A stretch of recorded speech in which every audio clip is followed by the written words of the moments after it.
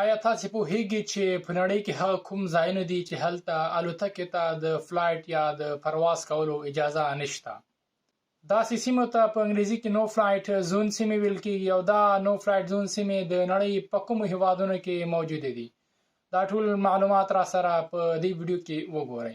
که زموږ یوټیوب چینل او فیسبوک پاڼې ته نوي یاست نو هیله کوو زموږ یوټیوب چینل د سره سبسکرایب او فیسبوک پاڼه د سره فالو کړئ. مکه مکرمه د مسلمانانو ته ټولو مقدس ښار مکه مکرمه کې الوتکې ته د پرواز اجازه نشته ده. د سعودي عربستان حکومت د قانون مطابق د سکیورټي سره د یو څو نورو وجوهاتو په بنیاد په ایرلاین باندې د خانقابي له پاسه په پرواز باندې په بشپړه توګه بندیز لګول شوی دی. د سعودي عربستان د حکومت لخوا یوازې د ګوتو په شمیر یو څو الوتکو ته په مکه ښار خاصو ځایونو کې د الوتنې جواز شته دی. خو دا الوتکې د خانقابي خواته هم نشي تېرېدلی. دغه پابندي دومره سخته او جدي ده چې یوازې په مکه کې تر ایرپورټ پورې نه ده، بلکې حج او عمرې ته تلونکي مسافر هم په جده ایرپورټ کې له الوتکې نه ښکته کېږي او وروسته د ښکته کېدا نه د الله کور حرمین شریف ته او د مکې ښار ته زمیني تګ کوي.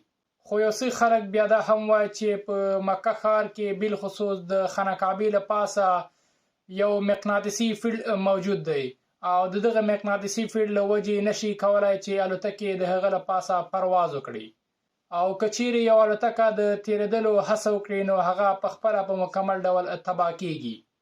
خو دا نظریه یوازې بیا د مذهب په بنیاد باندې ده. برمودا ټراینګل چې په پښتو کې ورته برمودا مثلث ویل کېږي او د شیطاني مثلث په نامه هم یادېږي. دا سیمه د امریکا په اقیانوس بحر کې وجود لري. دا د یو ډارونکي او خوفناکې سیمې په حیث د خپل شهرت لپاره ډیره زیاته بدنامه سیمه ده. په دغه سیمه کې په خوفناک ډول ډیر زیات بحري جهازونه او هوایي جهازونه له منځه تللي او ورک شوي دي. د برمودا ټراینګل یا برمودا مثلث حدود اکثره وخت د مثلث سیمې په حیث بیانېږي.